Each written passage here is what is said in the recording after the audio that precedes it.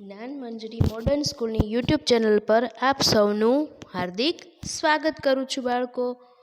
હું ધરાજિયા ખુશ્બુબેન, હિન્દી પ્રવેશિકા ભાગ 2 બરાબર ધોરણ 2 એ તમારે આજે ભણવાનું છે. તો દરેક બાળકો હિન્દી જે છે એ હિન્દી પ્રવેશિકા કાઢશે. એમાં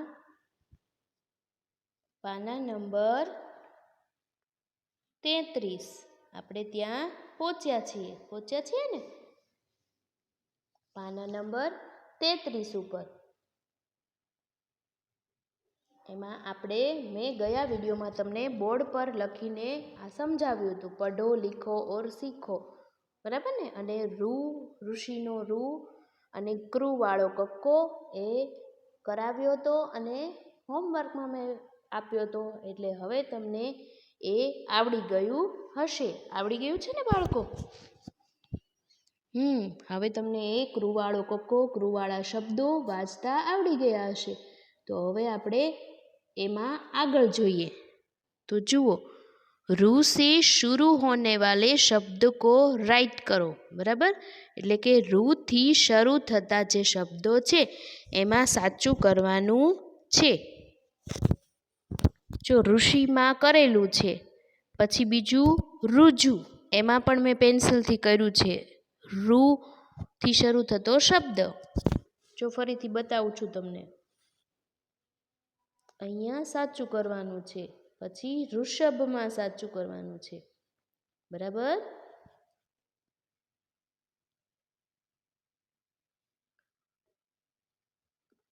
હવે બીજા ઈંબલી, અનાર અને ઝરણા એવા શબ્દો લખેલા છે. એ રૂથી શરૂ થતા નથી, એટલે એ ખાના આપણે ખાલી રાખવાના છે. મેં રાખ્યા છે એ પ્રમાણે જ તમે ખાલી રાખજો.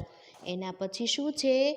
રૂ કો, એના બાજુમાં રૂ કો તીર કી દિશા મેં પઢકર શબ્દ બનાવો. એટલે રૂને તીરની દિશામાં વાંચી અને શબ્દ બનાવવાના છે. એક નમૂનો આપ્યો છે. એમાં જો ગુલાબી અક્ષરથી લખ્યું છે ઋષિ. રૂ આપ્યો જ છે, એને શી સાથે તમે જોડો ત્યારે શું બને છે? ઋષિ બને છે ને. જો આ રૂને તમે આની સાથે વાંચો તો ઋષિ. પછી રૂને આપણે તું સાથે વાંચીએ તો ઋતુ. એ તમારે ક્યાં લખવાનું છે? અહીંયા લખવાનું છે. જો મેં લખ્યું છે એવી રીતે. પછી છે ઋજુ. રૂને આપણે જુ સાથે જોડીએ તો શું બને છે? ઋજુ. પછી રૂને આપણે હણ સાથે જોડવાનું છે, એટલે કયો શબ્દ બન્યો? ઋણ. પછી છે રૂને શભ સાથે જોડવાનું છે, તો કયો શબ્દ બન્યો? ઋષભ. અને રૂને ચા સાથે જોડવાનું છે, તો કયો શબ્દ બન્યો? ઋચા, બરાબર. ઋચા.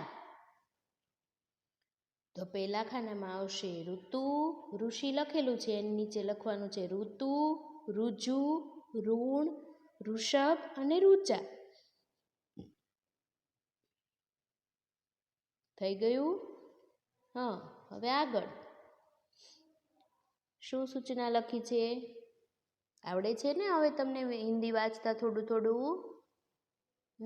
સરસ. રોજ અલગ અલગ કક્કો વાંચવાનો, કરવાનો અને શબ્દો પણ હિન્દીમાં વાંચવાના, એટલે તમને ઝડપથી લખતા ને વાંચતા હિન્દી સરસ રીતે આવડી જશે. ચિત્ર પહેચાન કર નીચે ઉસકા નામ લીખો. એટલે કે ચિત્ર ઓળખીને નીચે તેનું નામ લખો. ચિત્ર જુઓ. પહેલું ચિત્ર શેનું છે? જો કૌંસમાં એના નામ આપેલા છે ને, નૃપ, ઋષિ, ઋષભ કે શ્રી કૃષ્ણ. એટલે પહેલું ચિત્ર છે એ ઋષિનું છે. ઋષિ મુનિ કોઈ બેઠા હોય એવું લાગે છે ને. એ પીછાથી લખે છે ને. પહેલાના સમયમાં શાહીમાં બોળી અને પીછાથી લખવાનું હતું. બોલપેન હતી નહીં અને કાગળ પણ ન હતા.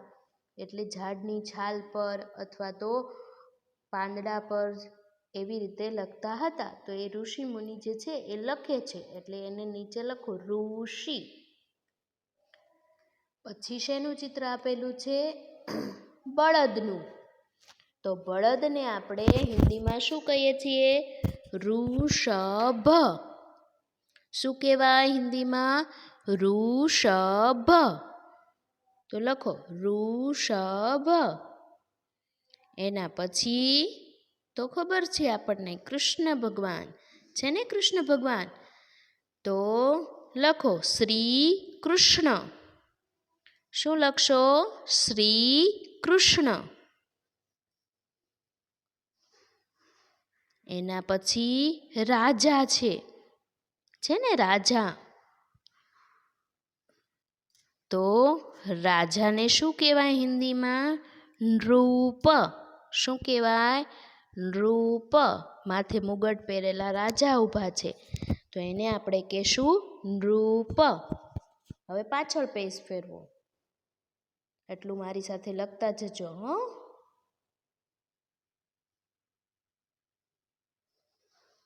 શું છે? ચિત્ર મેં રૂ ઢૂંઢ કર ઉસ પર ગોલ બનાવો. એટલે કે ચિત્રમાં રૂ શોધી એના ઉપર ગોળ કરવાનું છે.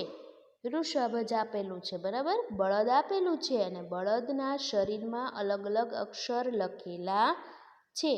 એમાંથી આપણે રૂ શોધવાનો છે. મળ્યા તમને રૂ? ઋષિનો રૂ મળ્યો? જો કેટલી બધી જગ્યાએ છે. મળ્યો ને? જો અહીંયા છે, અહીંયા છે, અહીંયા છે. આ જો મેં પેન્સિલથી ગોળ કરેલા છે.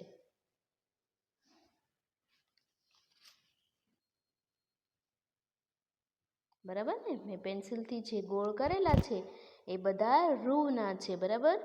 તો એ ઋષિના રૂ પર તમારે ગોળ કરવાનું છે અને એની સાથે ઋષભ એટલે કે બળદ એ એક વાર લખેલું છે અને બીજી વાર ટપકા જોડીને તમારે લખવાનું છે. તો એ પણ તમે સરસ રીતે લખો.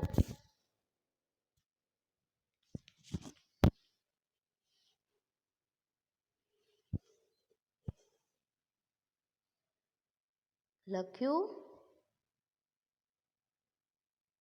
પેલા રૂ પર ગોળ કરવાનું છે. ઋષભમાં રૂ શોધીને કેટલા છે ગણો તો. 1 2 3 4 5 6 7 8. કેટલા છે રૂ? 8 છે ને? બીજા વધારે દેખાય છે તમને? નહીં. બીજા ખ, ક, લ, ગ, સ એવા બધા અક્ષરો છે ને. રૂ નથી. હવે નીચેની સૂચના વાંચું છું. बिंदुओं को मिलाकर रंग भरो और नाम लिखो. टपकाने जोड़ीने रंग पूरो અને નામ લખો. શું છે? હોડીનું નૌકાનું ચિત્ર આપેલું છે. ટપકાને જોડીને એટલે કે અહીંયા જો મેં પેન્સિલથી જે કરેલું છે ને એમાં નીચે ટપકા આપ્યા હતા એ જોડીને તમારે કરવાનું છે. તમારી જે હિન્દી પ્રવેશિકા છે એમાં એવા ટપકા આપેલા છે, છૂટી છૂટી લાઈન આપેલી છે ને એ પ્રમાણે તમારે ચિત્ર બનાવવાનું છે. જો એની સાથે સ્વર પણ આપેલા છે. પછી અ ને આ સુધી લઈ જવાનું. પછી ઈ, ઉ અને રૂ. અહીંયા રૂ સુધી આપણે ભણ્યા છીએ ને એટલે ત્યાં સુધી આપેલું છે. આ, ઈ, ઉ અને રૂ. આ સ્વર ભણ્યા આપણે, બરાબર ને? હવે આગળ ભણવાનું છે. તો આટલા સ્વર ભણ્યા એનું ચિત્ર આપેલું છે. એક હોડી છે, નીચે પાણી છે અને એ હોડીમાં એક ભાઈ બેઠા છે એનું પણ ચિત્ર છે. અને બાજુમાં શું છે? નૌકા. નૌકા એટલે હોડી. હોડી જે છે એ પણ તમારે 2 વાર લખવાનું છે. લખેલું છે ને એના ઉપર ઘૂંટીને નૌકા હોડી નૌકા હોડી એવી રીતે. હવે આખું ચિત્ર તમારું બની જાય પછી શું કરવાનું છે? એમાં રંગ પૂરવાનો છે. પણ કેવો રંગ પૂરવાનો છે? સરસ મજાનો તમને ગમે એવો, પણ મીણિયા કલર અને પેન્સિલ કલરનો ઉપયોગ કરીને સરસ મજાનો તમારે ચિત્રમાં રંગ પૂરવાનો છે. આજનું વધારે હોમવર્ક તમને નથી આપતી બીજું કંઈ, હિન્દી તો સહેલો વિષય છે એટલે તમને શું આપું છું હોમવર્કમાં? તો કે તમારે આ ચિત્ર જે છે એના પર સરસ મજાનો કલર પૂરવાનો છે. પૂરશો ને કલર? મજા આવે જ ને તમને કલર પૂરવાની? હા, સરસ. તો આના પર તમે સરસ મજાનો કલર પૂરી નાખજો. બરાબર બાળકો? અહીંયા સુધી આપણે રાખીએ છીએ. હવે સ્વર એ આપણે આગળ બીજા સ્વર જોશું. ત્યાં સુધી આવજો. આભાર.